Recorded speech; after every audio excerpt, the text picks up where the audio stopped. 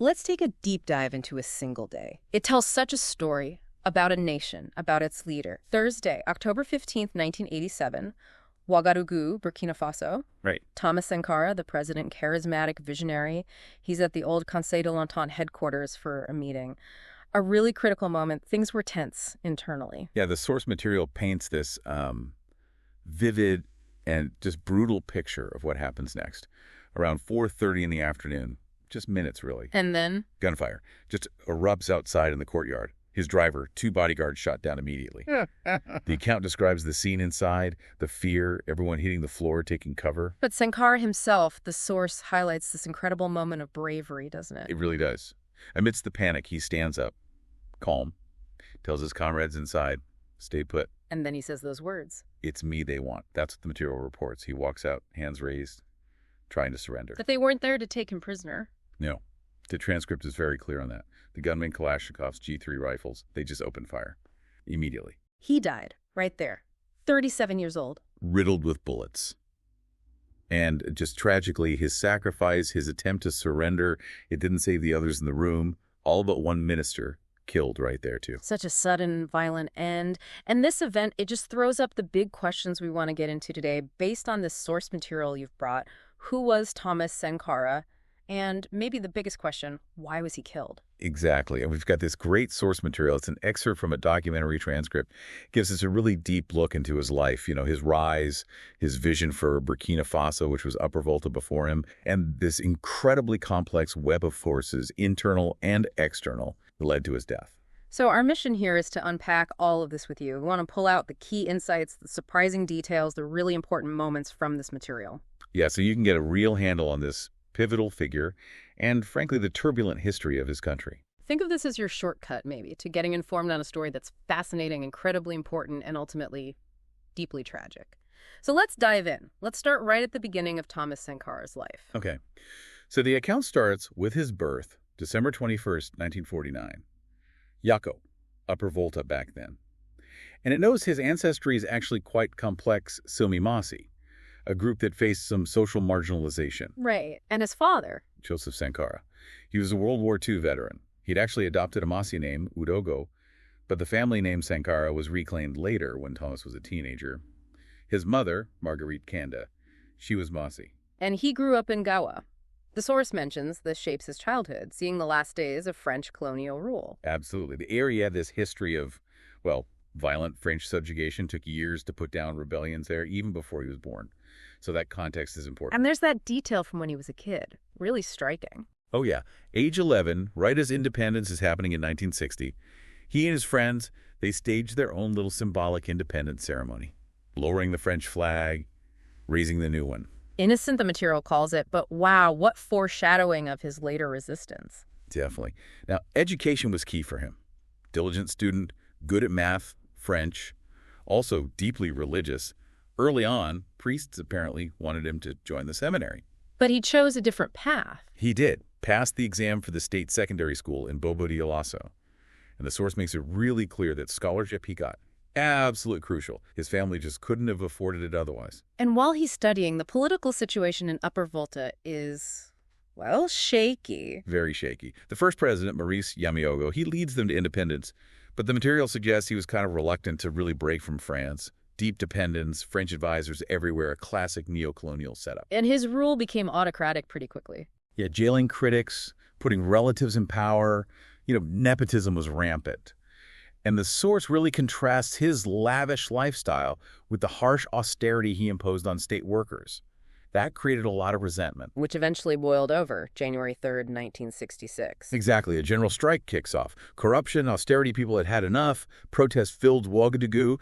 Yamiogo orders the army to crack down. But they refuse. They refuse. And that's the moment the material points out his power just evaporates. He knew it was over. So he resigns, hands power to the army commander, Lieutenant Colonel Sangule Lamazana. Right. And news of all this reaches Sankara back in Bobo Dioulasso.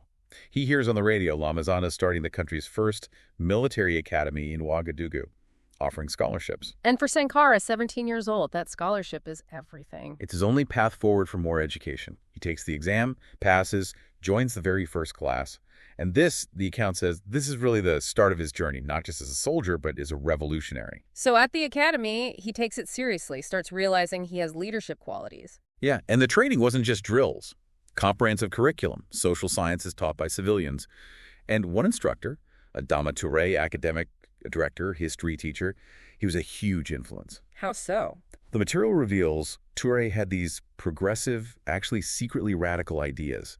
He was part of a clandestine Marxist group, the African Independence Party. And he saw something in Sankara. He did. And Sankara and a few others invited them to these secret informal gatherings, off the books.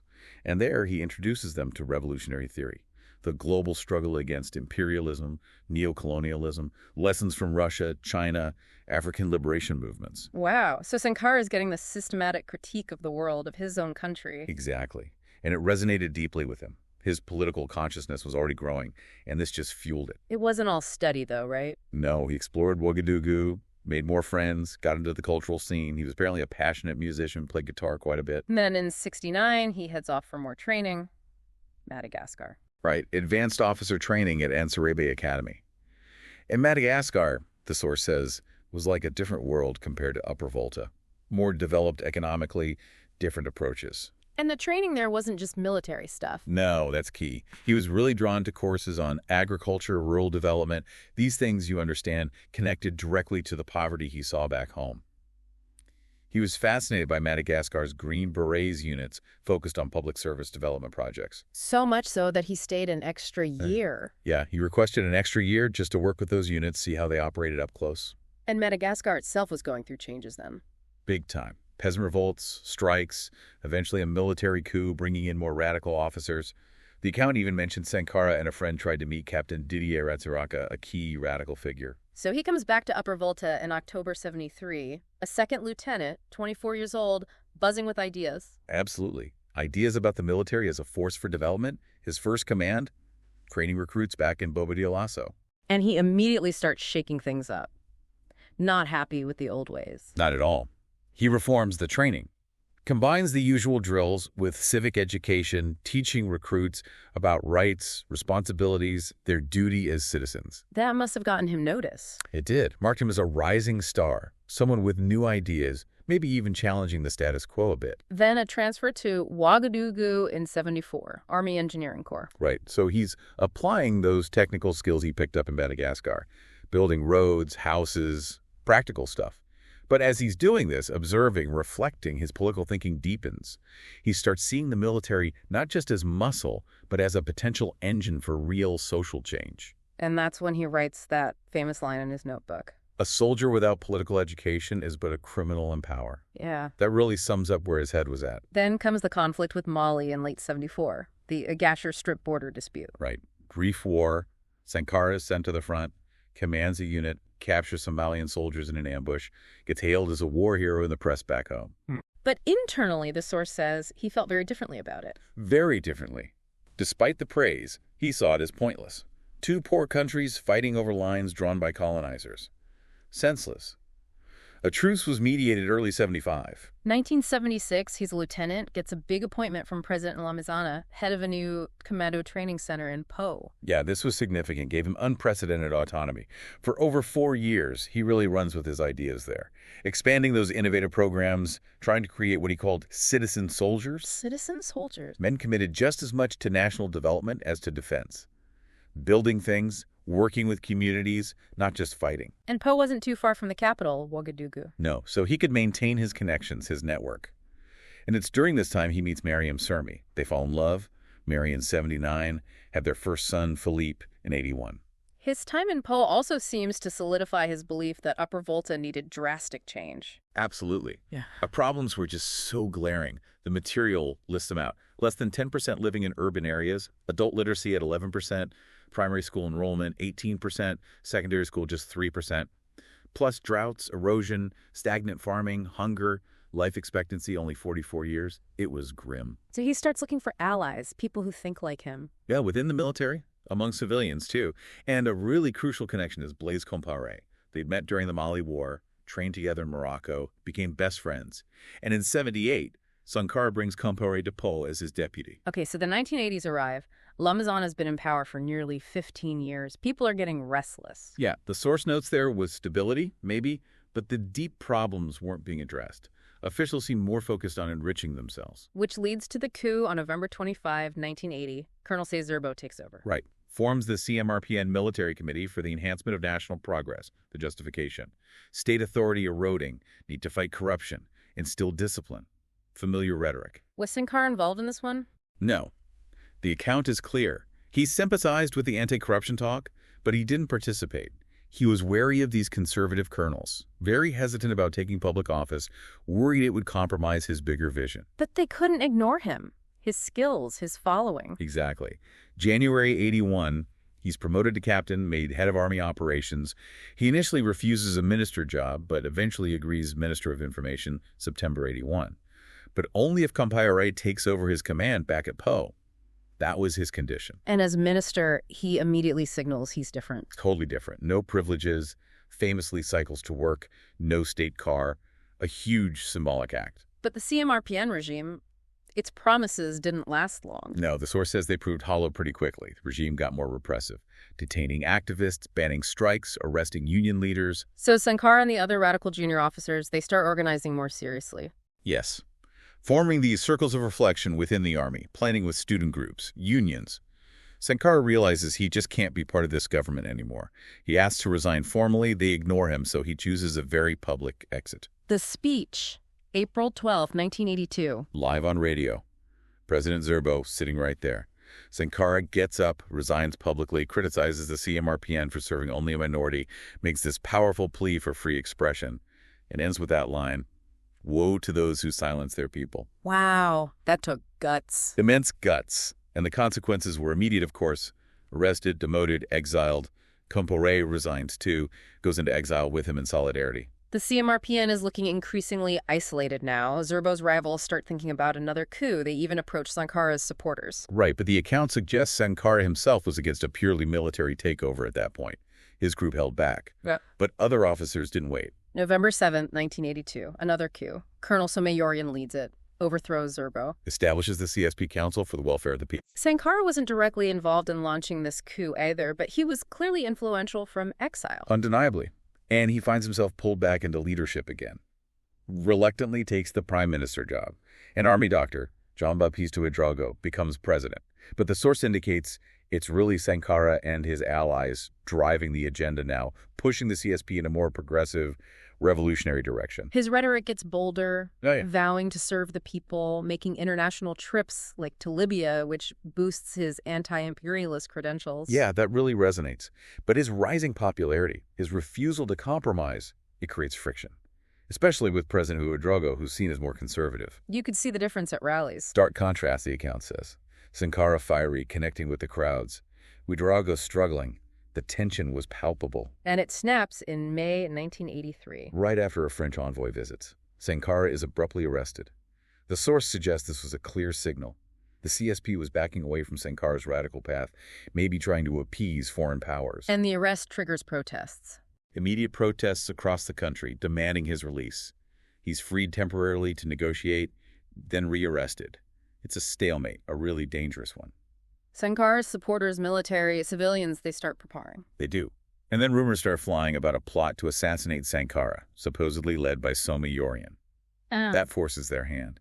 Sankara's allies decide they have to strike first. August 4th, 1983. Swift coup.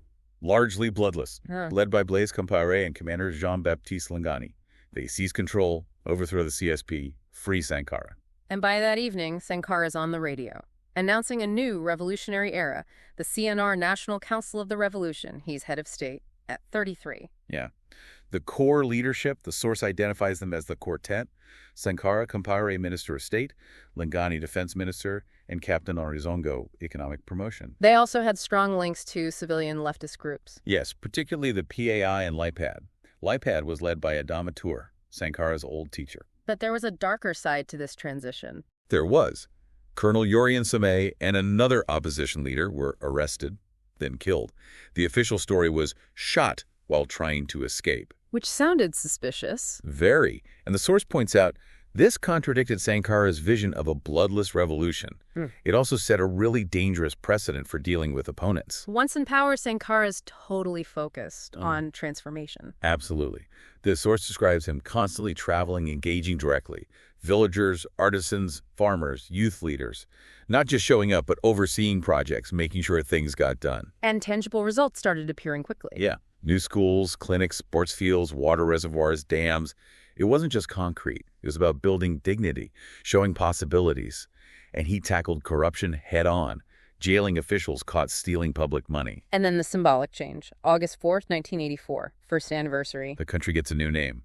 Upper Volta becomes Burkina Faso, land of the upright people. Citizens become Burkinabe, a call for everyone to embody these ideals: integrity, self-reliance. His influence starts spreading beyond the borders, too. Definitely. His speeches at international events, powerful, eloquent. They really connected with young radicals, reformers across Africa. He seemed different, honest, committed, unafraid to criticize powerful nations, challenge unfair policies. He became a major voice, even though Burkina Faso was small, poor, previously unknown. Like that encounter with Mitterrand, the French president, in '86. Yeah, Mitterrand visits, probably expecting the usual deference.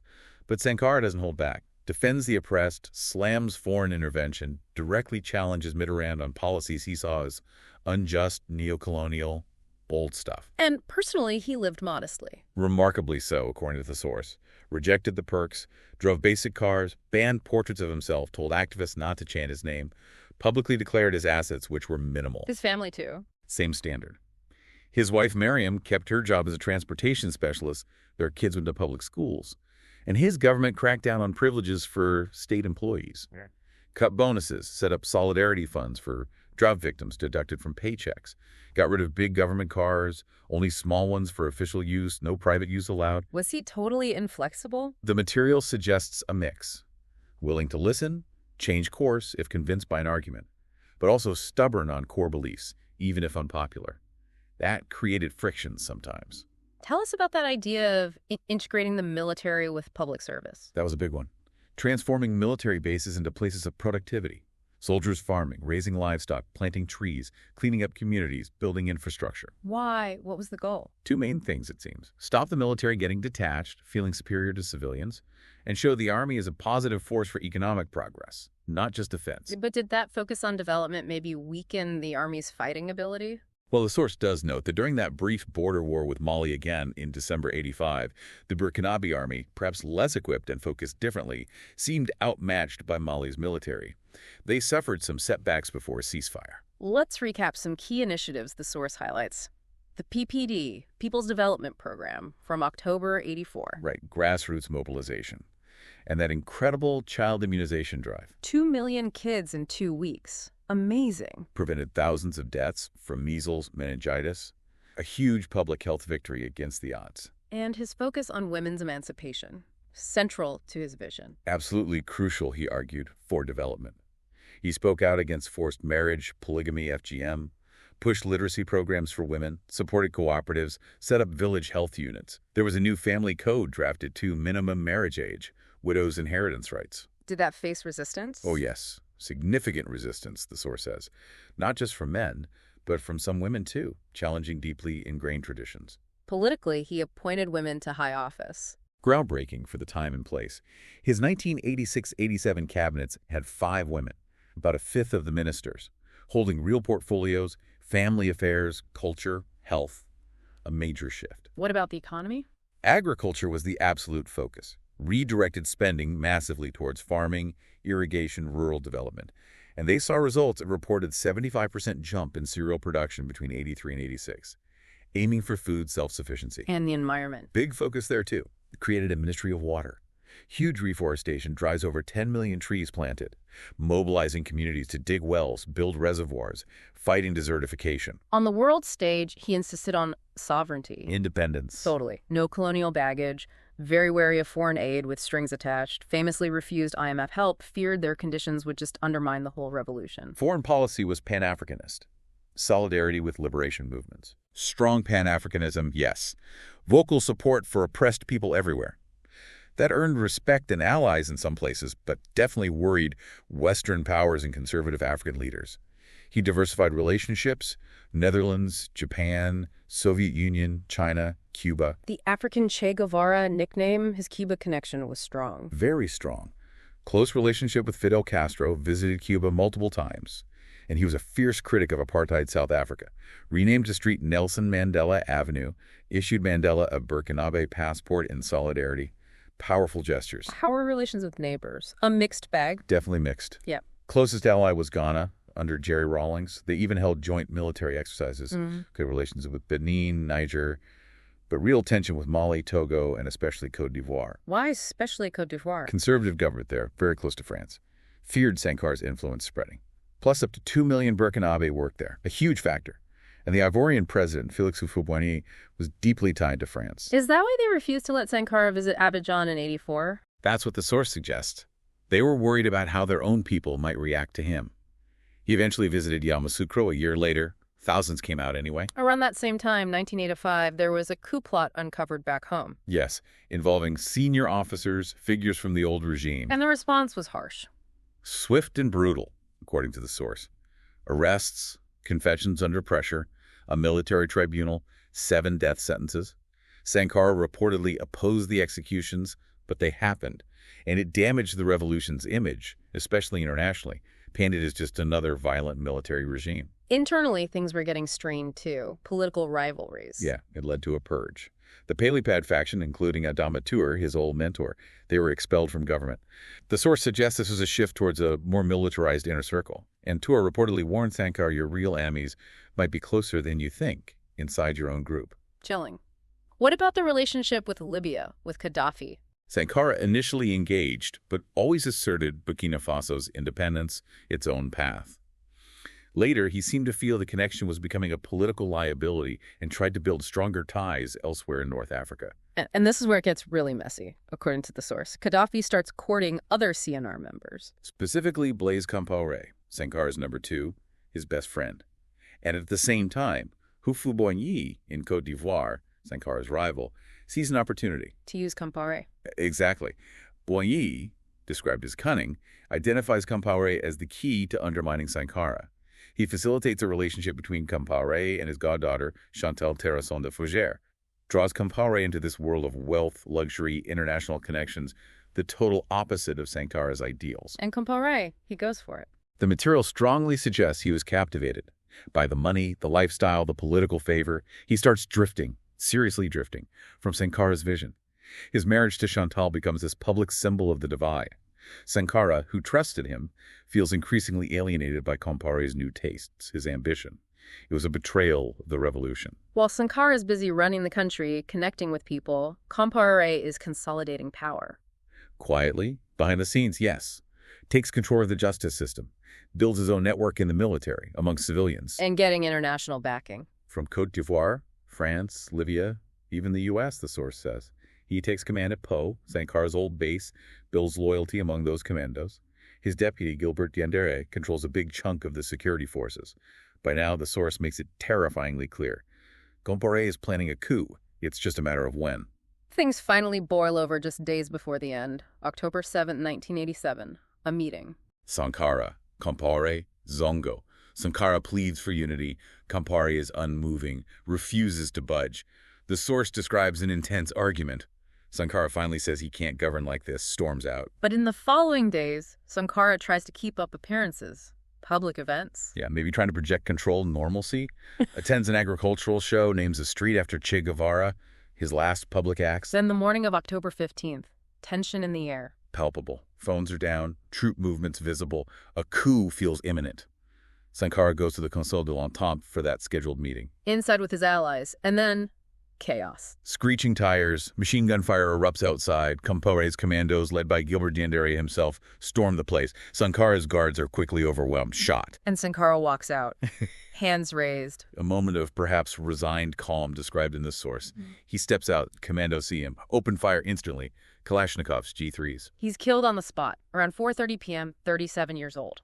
And his attempt to save the others by giving himself up. It failed. Everyone inside, except Aluna Traoré, his legal counselor, killed right there. What happened to the bodies? Just horrific.